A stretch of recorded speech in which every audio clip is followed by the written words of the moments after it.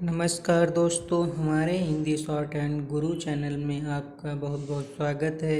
यह वीडियो अंक संख्या 1 एक्सरसाइज नंबर 31 की स्पीच है। तो स्टार्ट करते हैं दोस्तों।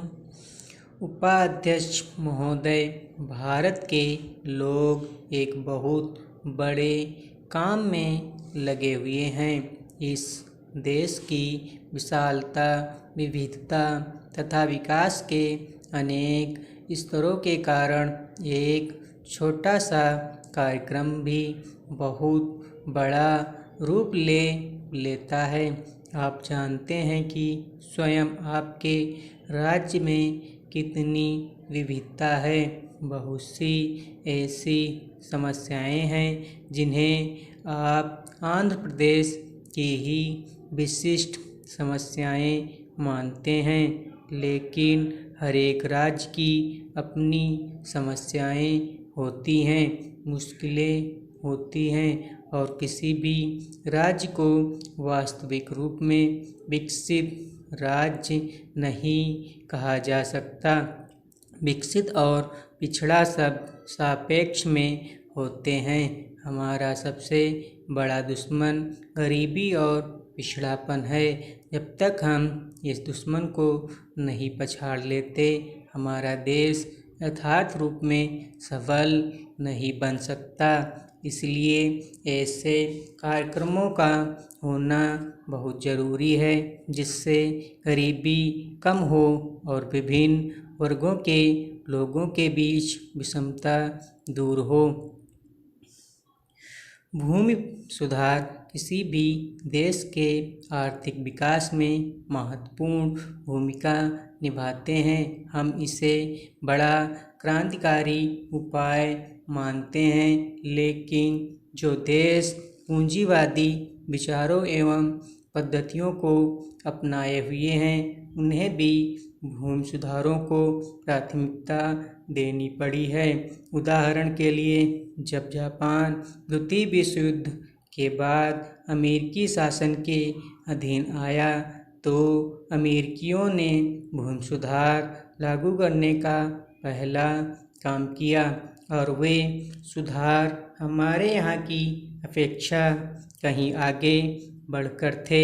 उनका यह अनुभव था कि उन सुधारों को लागू करने के बाद जापान के किसानों की उत्पादन क्षमता बहुत बढ़ गई है।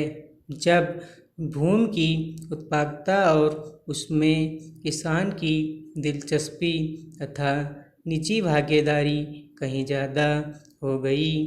ईरान एक और देश है जिसे किसी पर भी प्रकार से समाजवादी नहीं कहा जा सकता, लेकिन वहाँ भी शाह को भूमि सुधार लागू करने पर विवश होना पड़ा है। यह उन सभी देशों के मामले में सच है जो आगे बढ़ना चाहते हैं, चाहे वे कोई भी पद्धति क्यों न अपनाएं। कांग्रेस तो स्वाधीनता से पहले ही भूमि सुधारों के प्रति वचनबद्ध थी, लेकिन कुछ कारणवश यह कार्यक्रम लागू नहीं हो पाया और मेरी समझ में से हमने इस कार्यक्रम को लागू करने में शिथिलता दिखाई है। इसलिए हमें हमारी पार्टी और हमारे राष्ट्र को काफ़ी नुकसान उठाना पड़ा।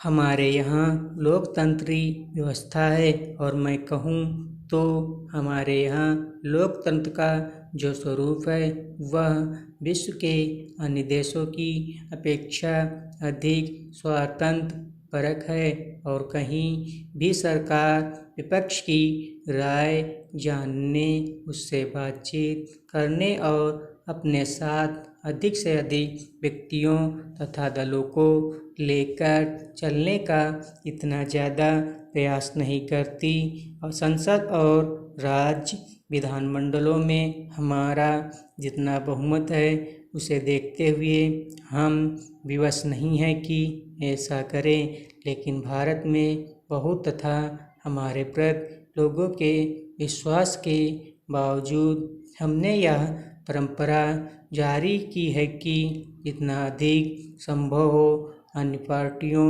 को साथ लेकर चला जाए। निसंदेह यदि विपक्ष हमसे अपनी नीतियों को छोड़ देने को कहे तो हम वैसा नहीं कर सकते। धन्यवाद दोस्तों।